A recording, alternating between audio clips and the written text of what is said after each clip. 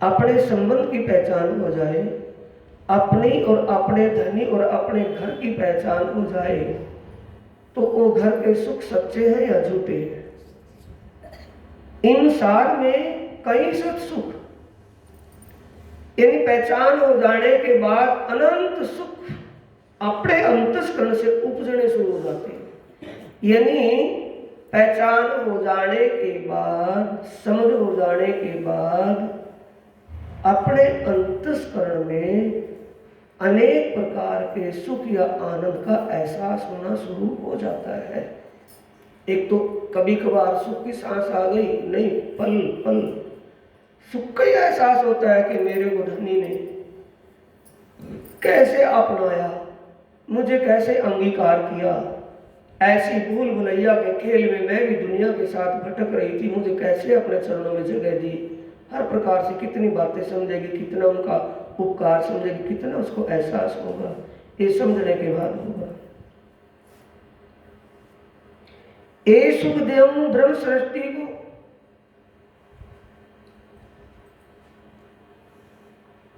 तो मैं अंगना नार, ये भाव किसमें चला गया?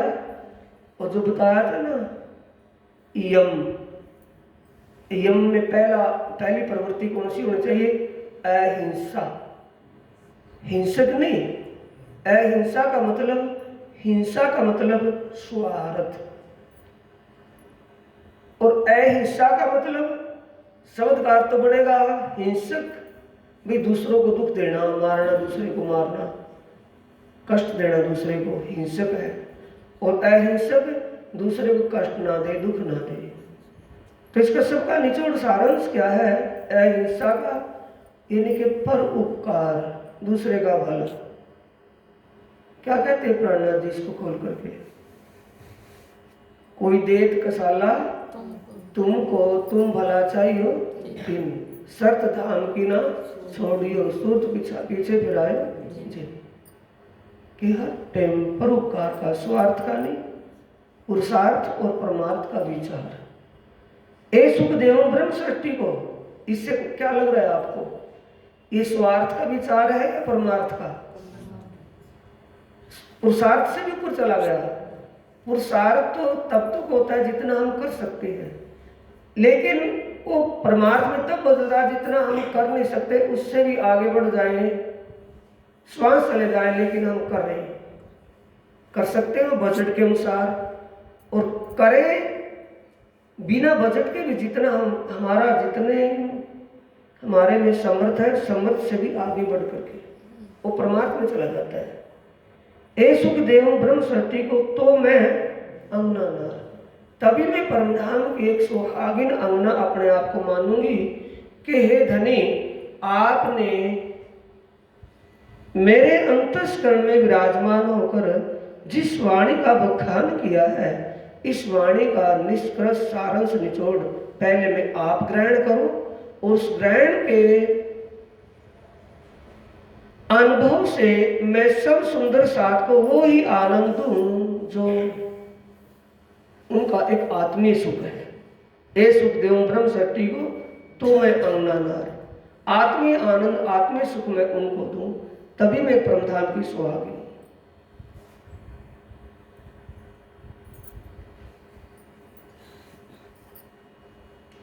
इसी शब्द को कीर्तन ग्रंथ के प्रकरण 95 में कहा है।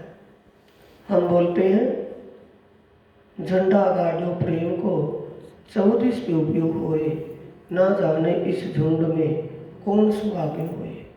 इसका जवाब कहाँ है? कीर्तन ग्रंथ के प्रकरण 95 की पहली चौपाई में, सोई सुहागिन धाम में जो इत करसी रोशन, तोल मोल दिल माफक, देसी सुख शब्द। परमधाम की वही सुहागिन आत्मा है। और अब सुहाग क्या चीज है? पहले समझे कौन सुहागिन आत्मा है? सोई सुहागिन धाम में जो इत करसी रोशन, तोल मोल दिल माफक, जिसके हृदय में सत्य के प्रति, सच्चाई के प्रति जो भरम बना हुआ है, जिस किसी के हृदय में सच्चाई को समझने में कोई बाधा खड़ी है, समझ यानी भ्रम शंका लगी हुई है, उस भ्रम संशय को उसी के अनुरूप दूर करके उसको समझाकर सत्य की पहचान करवाए, वही परमधाम की सुहागिन है। क्योंकि वादा क्या किया था, मैं भूलूं तो मुझे बताना और तू भूल लेगी तो मैं तुरंत दूंगी जगह। जो उस वादे पर खरा उतरेगा वही परमधाम की सुहागिन आत्मा है। तो कह रही है मैं अपने आप को परमधाम की सुहागिन आत्मा तभी ही मानूंगी जो सुख मैंने प्राप्त किया है ये सुख सबों को दे दूं। तो ऐसे विचार हम तारतम जप कर रहे हैं, रट रहे हैं, रट और जप रहे हैं, समझ तो नहीं रहे ना। देख लो विचार करके, समझेंगे तो विचार हमारे बदलेंगे या वैसे रह जाएंगे जैसे पहले से थे। तारतम का सार क्या है, ये तारतम ही है ना। तारतम का सार क्या है, जागने के साथ। साथियों, मैं अपने मुख से ज्यादा कुछ नहीं कह सकता, बस एक कह सकता हूं कि आप सौभाग्यशाली है, सौभाग्य है आपको ये वाणी का रसपान हो रहा है। बस इससे ज्यादा मैं कुछ नहीं कहूंगा। आप दाएं बाएं झांक करके देखें तभी आपके मन में भाव बढ़ेगा, तभी आपके अंदर प्रेम को भाव बढ़ेगा जो बढ़ना चाहिए, उससे पहले नहीं बढ़ेगा। किसी से हम अपनी समीक्षा करेंगे। हरजी व्यास ने समीक्षा किससे करी थी, प्राणनाथ जी से। हरजी व्यास थे ना जो नगद वाले, वो जो कहते थे कि मैंने जो ज्ञान अध्यात्म ज्ञान के विषय में हाँ कही तो ना कहने वाला नहीं मिला, ना की तो हाँ कहने वाला नहीं मिला, तो हाँ ना कहने वाला कौन मिला फिर उसको, प्राणनाथ जी। उसकी सभी शंकाएं दूर हो गई या रह गई थी, सभी शंकाएं दूर हो गई। तो शंका कब दूर हुई, जब उसको अपनी तुलना के लिए दूसरा कोई मिला। जब तुलना के लिए दूसरा कोई नहीं हो तो क्या मानेंगे हम कि मैं सबसे श्रेष्ठ हूँ। जब तुलना के लिए मिलेगा, ऊंट को पहाड़ के नीचे से निकालेंगे तो उसको पता चलेगा मेरे से ऊंचा भी कुछ और है।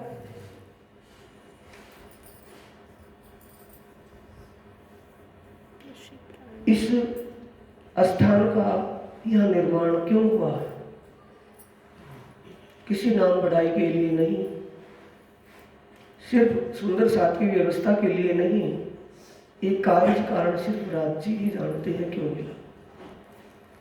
और उनकी जो रजा थी उसकी प्रेरणा अंतस्करण में मुझे एहसास दिलाती है कि क्यों मिला, क्यों बढ़ाई। यहां से सदियों पुराना, शेरपुर से पहले भी करनाल मंदिर था, ये प्रणामी मंदिर।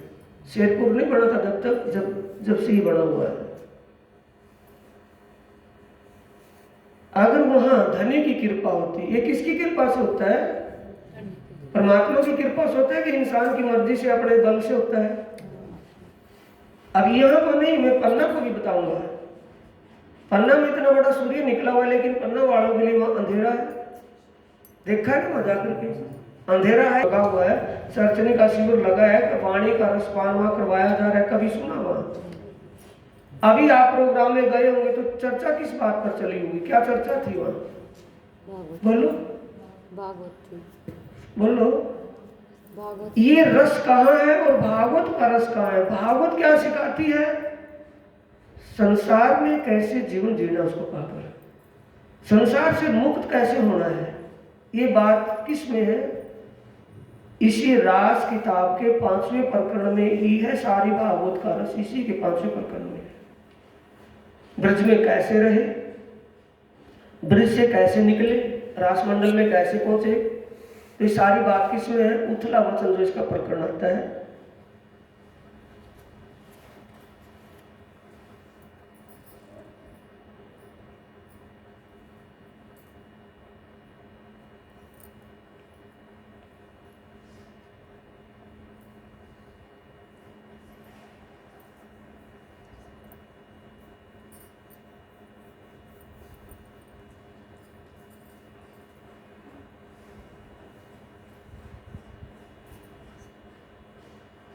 पांचवा प्रकरण है,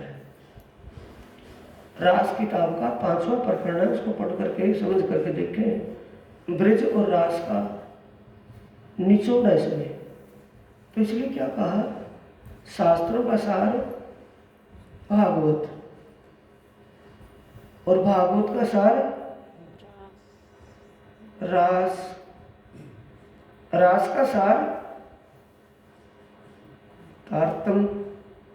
ये रास से शुरू होया ना, वाणी रास से शुरू होया ना। वो भागवत में रास का स्पष्टीकरण नहीं है, वाणी में शुरू में स्पष्टीकरण है। कैसे ब्रज में रहे, कैसे रास मंडल में पहुंचे, ब्रज में हमारी कैसी गति थी, बोलो। मैं आलोचना की बात नहीं कर रहा, मैं उसकी व्याख्या कर रहा हूं। जहां भागवत भी चल रही हो तो भागवत से सुंदर साथ को क्या समझाना है।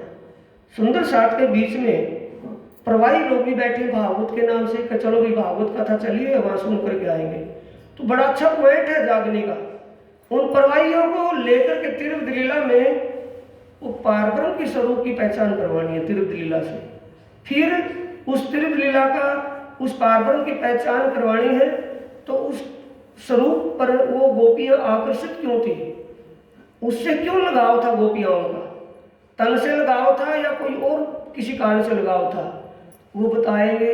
तो प्रवाहियों के दिमाग में आवेगी नहीं ये बात कि उस कन्हैया क्या है कि बालक का कन्हैया छोटा सा बालक, बड़ा नटखट बालक था, उसके ऊपर वो मोहित थी।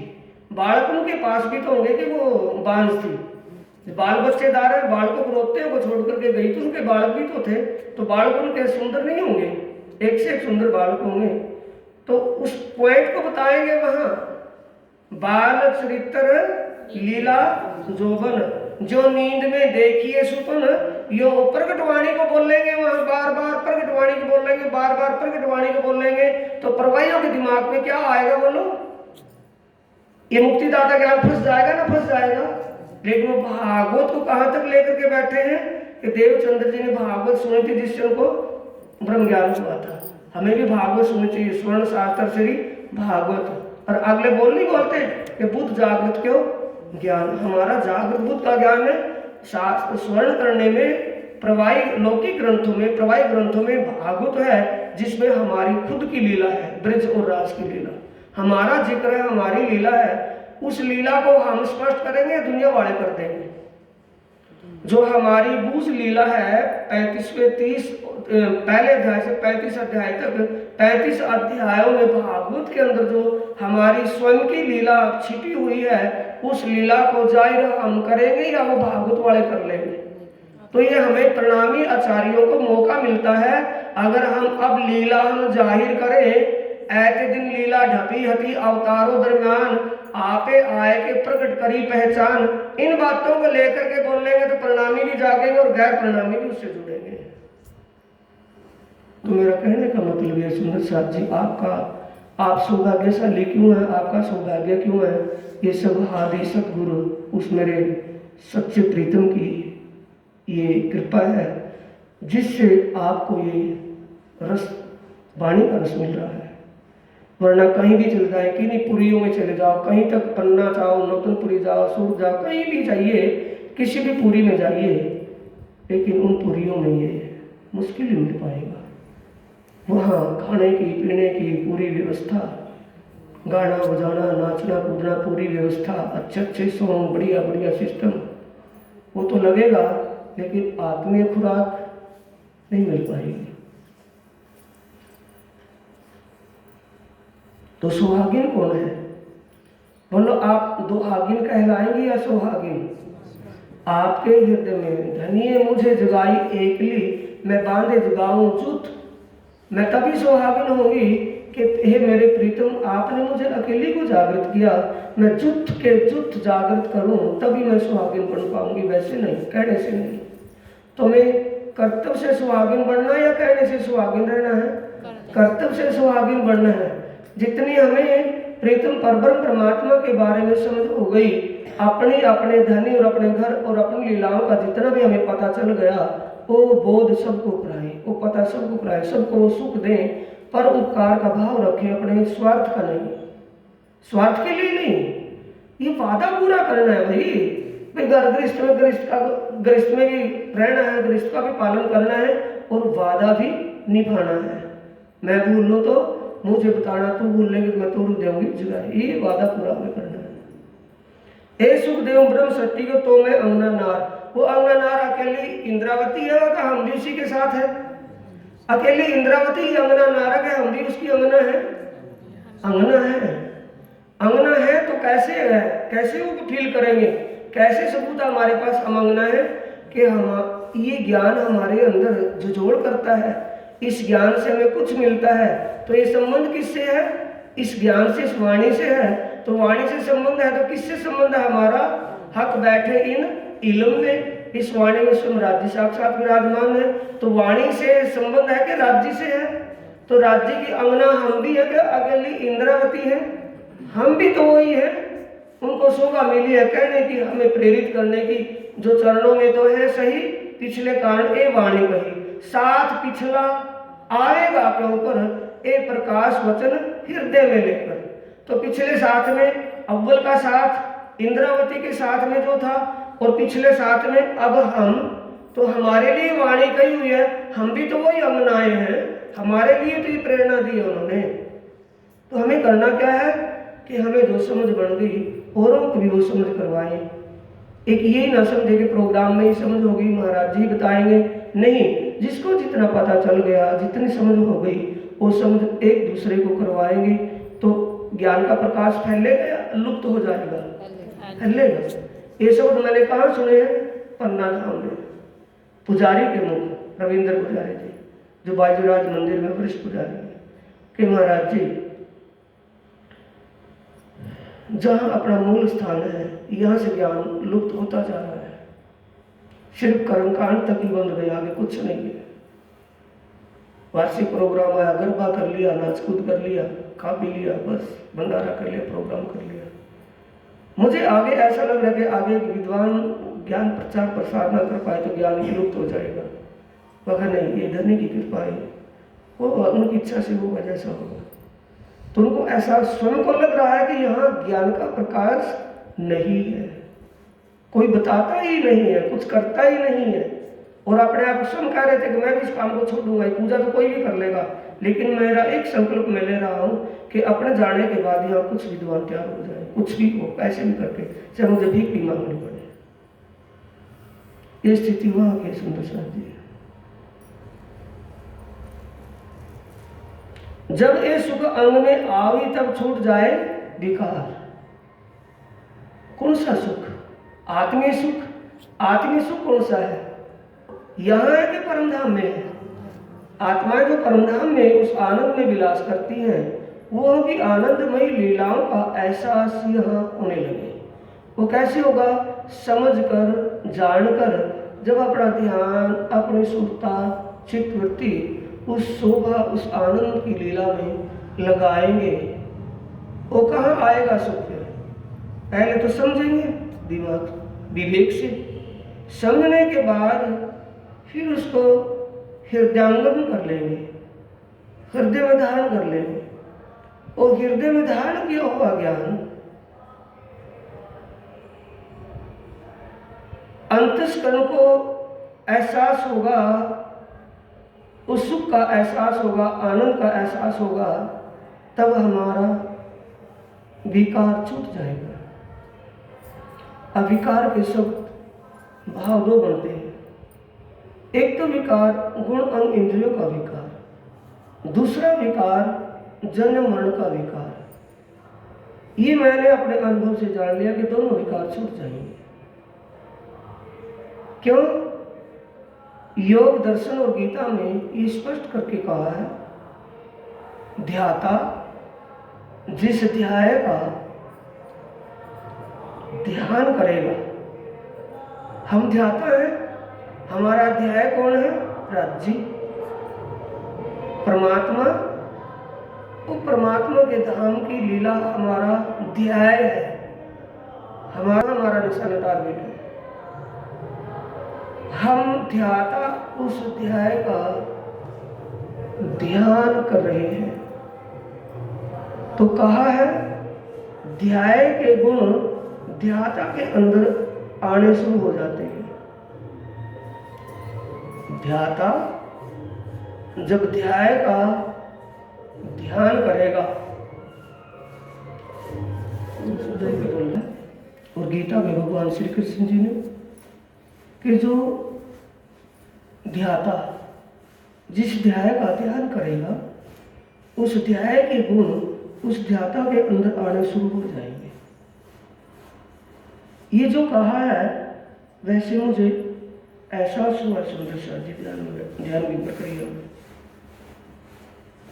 कि जिन बातों को दिमाग से निकालने के लिए, जिस विकार को दिमाग से निकालने के लिए हर प्रकार से कोशिश जो की गई वो निष्फल दिखाई दी, लेकिन ध्यान की प्रक्रिया में सब ऐसे चलेगी जैसे सपना भी नहीं था।